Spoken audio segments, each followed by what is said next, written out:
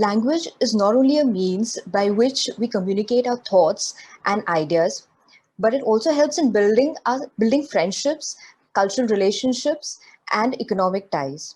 Basically, it shapes the way we perceive the world around us. And appropriate learning of a particular language not only enhances our minds, but it also enhances our personalities. We have with us today a very young and dynamic lady, Pallavi Singh, who is the instructor of Hindi as a foreign language. Pallavi has been appointed by the US Consulate as a Hindi language instructor in Mumbai. She has also appeared in the middays list of 39 under 39 alongside famous celebrities like Vicky Kaushal, Ashwini Iyer Tiwari, and many more.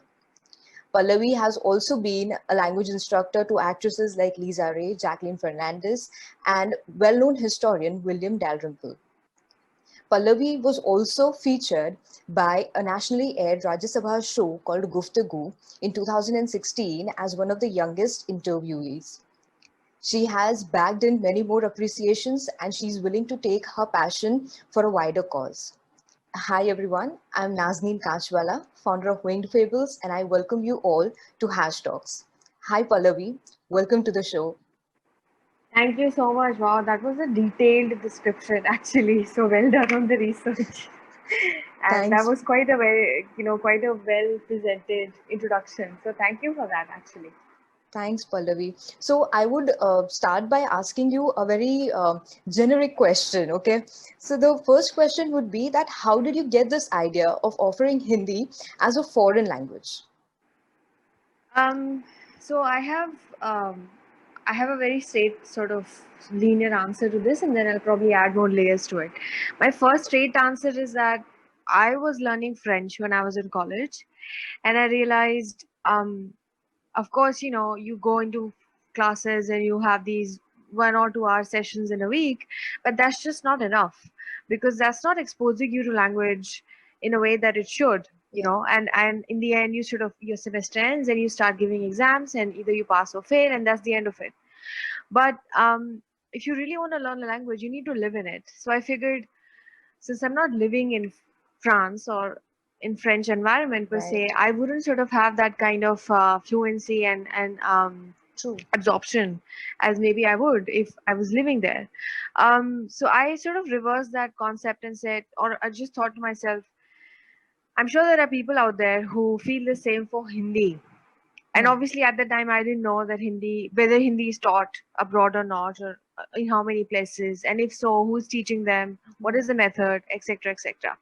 Coming on to the layers, I always sort of feel that your cultural elements, be it your tangible elements like handicrafts or just any kind of form of art, or intangible like dance forms or language or XYZ, they're always commodities that you could eventually, if you think about Yeah. it well enough, you can eventually spread it through app marketing and sort of create a demand for it.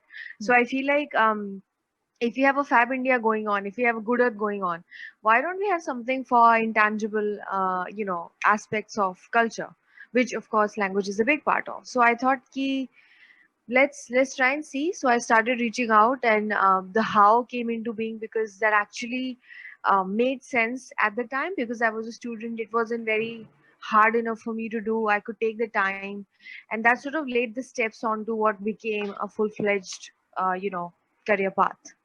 Right. Okay. Um, Now, my next question would be that do you have any pre-designed study module which you follow to teach this language to your students? And in what way is this module different from the one that is being taught already in the schools and universities?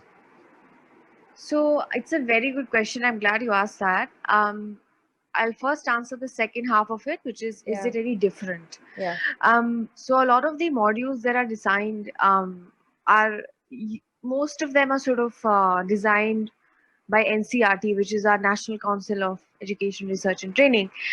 So they're not, these modules are not made for people who don't speak Hindi. They are made for people who already speak Hindi, and of course also their target audience or target student age group is very different. These are people, or maybe not even people, these are kids who are, I don't know, 4 or 5 years old hmm, now. when you want to teach something to an adult, you have to have a different approach, because their capacity to just, grasp things is not the same anymore. So I feel like it's different, because in two senses, it's a made for people who don't speak any Hindi and don't come from that background. They don't even have any exposure or heritage factor. Secondly, these modules are made for adults, meaning these are easily digestible content modules, which are not very intricate or very complex. To Of course, Hindi, I wouldn't say is an easy language, but if you're teaching an adult, specifically an adult who doesn't have any background, you have to have decoded the grammar rules and overall the language construction in a way that person understands it. And mind you, I'm teaching people who don't maybe speak English also as their first language, Okay. because I have French speakers and Italian speakers and Right. XYZ. So that's how they're different. Coming on to the first sort of part of question, which is um, do I have the modules? Yes, I do have the modules, which I sort of created over the years by asking for feedback, what my student didn't like in the way I taught, or if they felt if the content was apt enough for them for their life. So I feel like I had this job of, because you're not again in a university setup, so you don't have the time frame of say a relaxed 6 months a semester, or just 3 years of somebody's life to actually devote to this. So I feel like the modules are kept in mind that I sort of made in mind, keeping the fact that these are adult people who don't maybe have Hindi as their priority. Right. So let's make it simple enough, let's make it small enough yet effective enough, so they feel like they're progressing and learning. So they are very, very structured and methodical, and they do have an arc of learning. I'm not going to be able to teach somebody continuously if they feel like they're stuck at a level. So it has to be, like a graded Right. graph of learning. So they're different in that sense, because I know in our schooling system, and I'm not going to go into that direction, but our exams and everything is whether grade oriented, which obviously is not the case when I'm teaching. Right. So that's the difference, and that's sort of the university versus individual teaching difference, if that's a good answer for you. Right. But then now I get one more question in my mind. As you said that your modules are not grade oriented. But then how do we No. evaluate if a person has learned the language well? Is there a method in place already to evaluate? Because if supposingly if we learn English, then there are IELTS exams. There are so many other exams that we need to Exactly. do. If you learn German, then again you have those Goethe institutes or other institutes which organize these exams to know what level you stand for. Is there any organization in place for the Hindi language?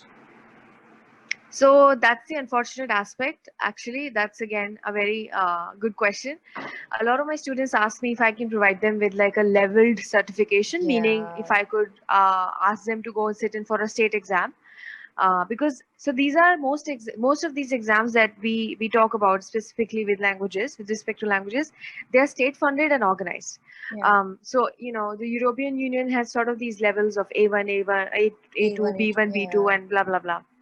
And even as you said, for IELTS and etc., they have these scales, one, two, Yeah. three, four, blah blah blah.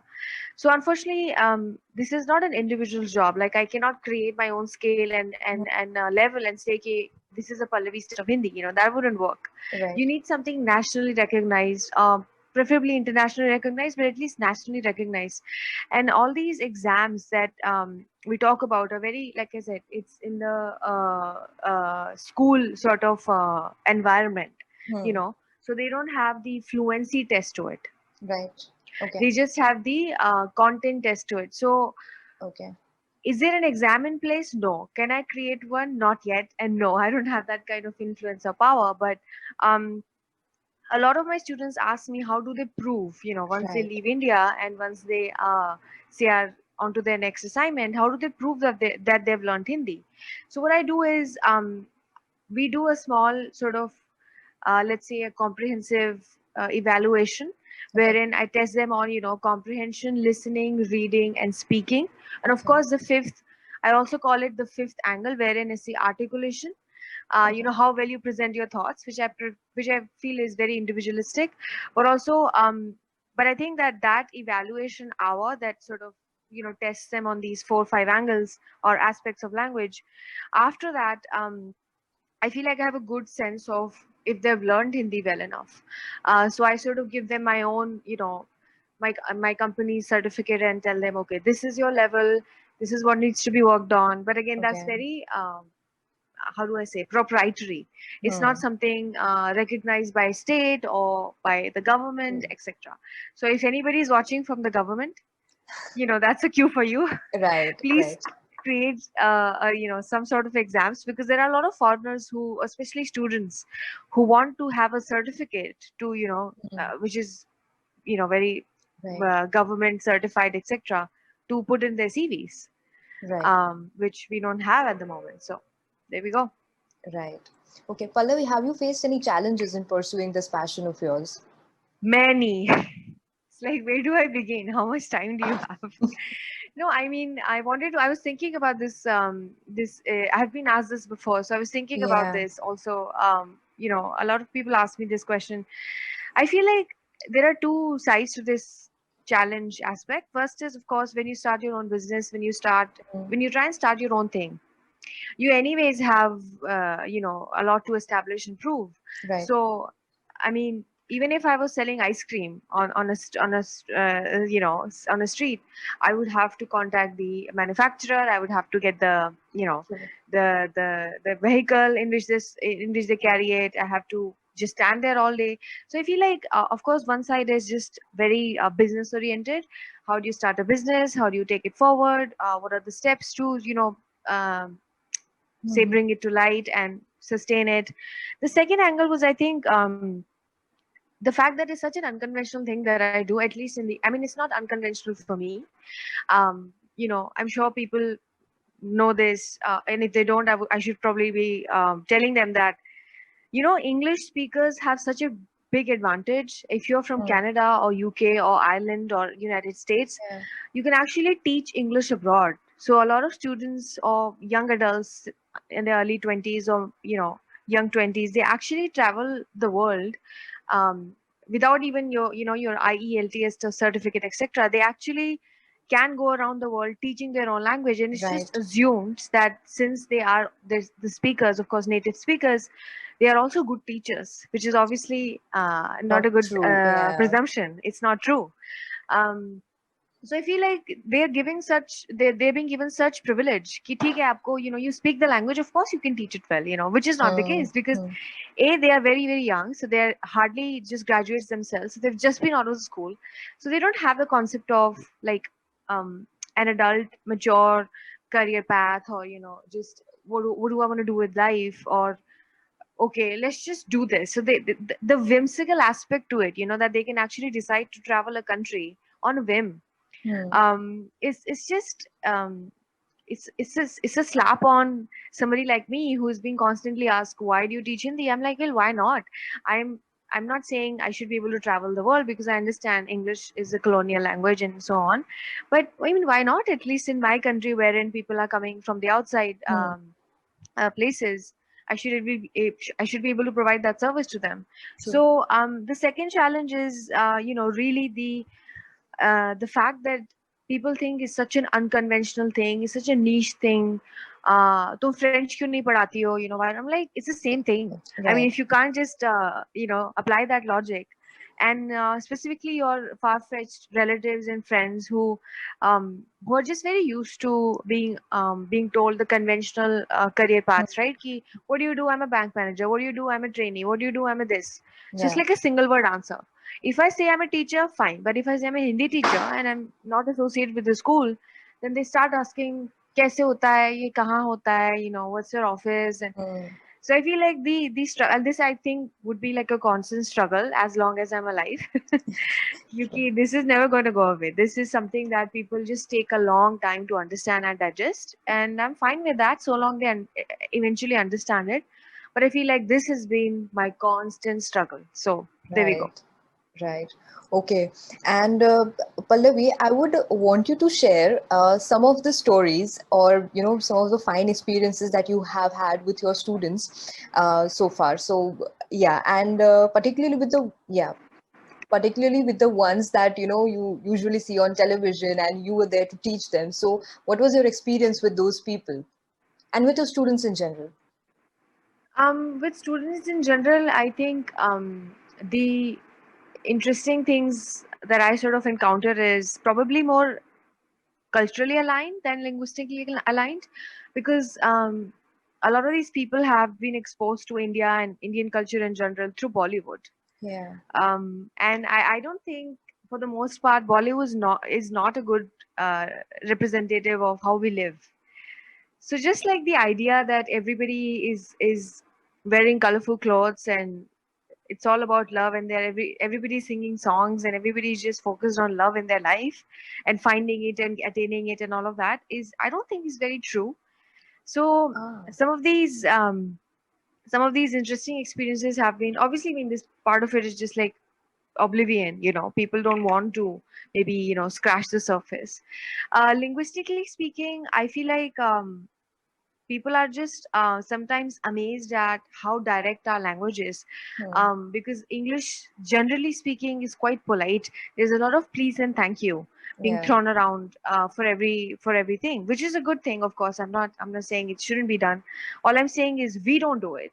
Yeah. We don't have that much of, or that amount of please and thank you that we just Hmm.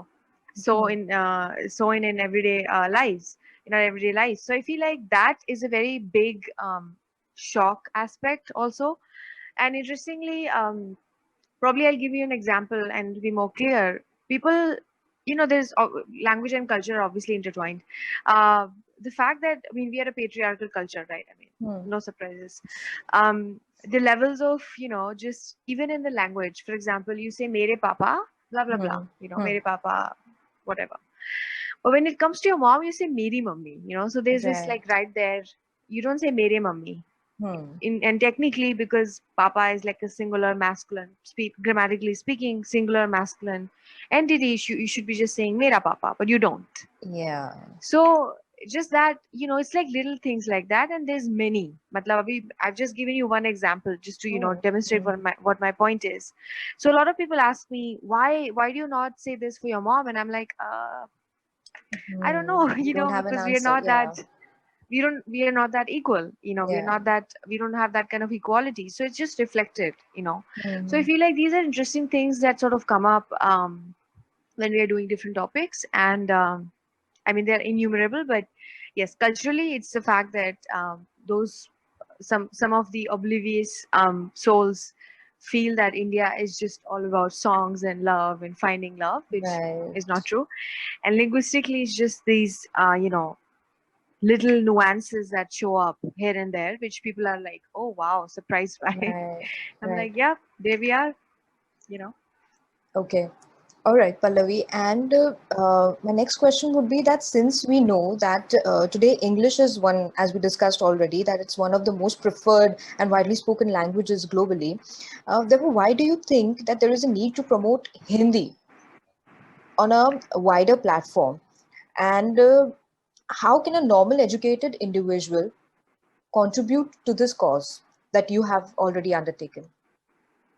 Um, I mean, I feel like when I put the word promotion, I was just saying that why the needs to be promoted is because simply because I feel like it's just a native language spoken by many people. I mean, just for Hmm. that fact, and I feel like um, our culture has been very very underrepresented overall in terms of um, media, in terms of its literature, its music, etc. So I feel like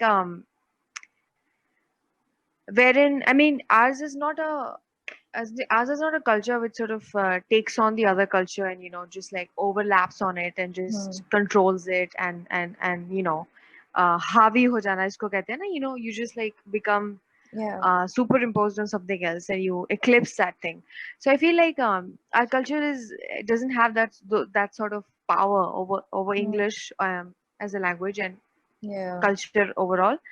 So I mean, I feel like it's been this like this continued underrepresentation and just n- let's just say not even the word appropriate, but just this lack of knowledge amongst just the people in our country that we have the Mhm. books we have we have these amazing works of um, arts and music and various intangible things we just don't have access to because Mhm.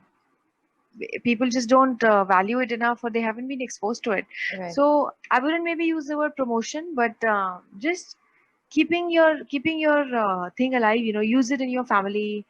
Matlab, if you're from a Marathi family, speak in Marathi. If you're from a Punjabi family, speak in Right. Punjabi. Just like don't part with it, don't divorce with it because you are made to think otherwise that you should adapt English, etc. So that would be my answer. Just Okay. never leave it. Right. Okay. And Pallavi, how do you plan to expand your undertakings? Like, do you have any particular plan to take this further?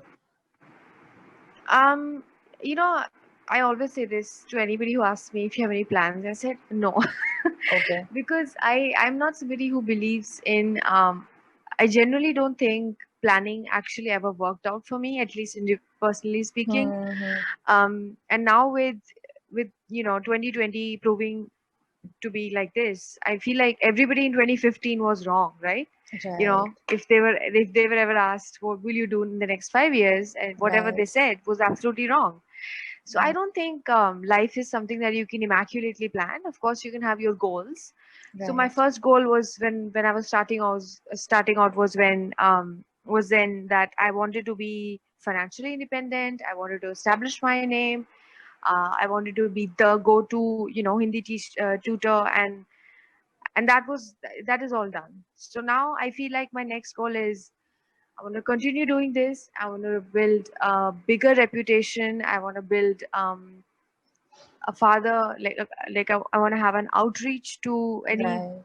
anybody sitting in any country of the world should be like, okay, if I want to learn Hindi, I need to go to Pallavi. So, and I want to be happy. I mean, I feel like after you just spend so many years of your life building something, at some point you're like, ठीक है हो गया. Now I want to do this. I want to be happy. Um, because I don't have, maybe I'm not that ambitious enough. I Mm. don't want to have this overall like, oh, I want to build a franchisee. I want to go to all the countries of the world and want to build schools and nothing like that. Nothing Okay. like that. Okay. So, uh, Pallavi, my last question to you would be that are there any good contemporary Hindi books that you would suggest our viewers to read and focus more on the language? Yeah. Um, I was when I personally feel that India has a lot of course societal, but also a lot of cultural problems that we just don't want to face. One of them is probably the problem of or the issue of water and Hmm. access to water. Right. And of course I teach Hindi in my life and as my job, but in my personal life I'm really sensitive towards issues relating to water and water conservation and harvesting. Yeah. Um, so I really think in the next coming decade, etc., people would have a hard time Hmm. accessing clean water. Right. So there's this book by Mr. Anupam Mishra. It's Okay. called Aaj Bhi Khare Hain Talab, and Okay. it basically documents all the efforts by communities and individuals who have worked tirelessly to just restore the water harvesting, the historical water harvesting methods, like our Baolis, etc., and have revived lakes. And actually, at this point, I'll also like to mention the name of Mr. Ramveer Tanwar, who's actually currently working with his team to revive a lot of lakes in at least Okay. Delhi NCR region where I'm Okay. based. Okay. So this should be the book that people should be reading. I feel like it's a very good book to know about your water history, country's water history, and how it's just really important to have water in your country, because we are Right. a huge number and we need True. water to live. So True. there we go. Okay. Thank you, Pallavi. I guess I had a wonderful time speaking with you and knowing more about your work, your goals, and you had definitely so much to share, just with a language that we take, so granted in our day-to-day life. And I think it was a wonderful experience talking to you. I hope you also enjoyed answering the questions, and I again thank you for your time. No, absolutely. And thank you so much for taking the time for, I mean, just researching about me and about my work and actually formulating these questions. You could have just asked me general questions like, oh, you know, what do you do every day? What's your lifestyle? What's your schedule like? La la la. And I really appreciate people who, put in efforts to, I just wanted to say that I really appreciate people who put in efforts to, what they do, and not just be like, yeah, theek hai, karna hai, kar lenge, that kind of stuff. Yeah, yeah. So thank you for taking the time, formulating intelligent questions, and asking them very, let's say, methodically, which is exactly what I do. I create a structure, method, and people understand that. So thank you for that and taking your time on a Sunday, because Yeah. it's a holiday. But thank you for doing that for me. Thank you so much, Pallavi. It was lovely talking to you. Same here. Thank you.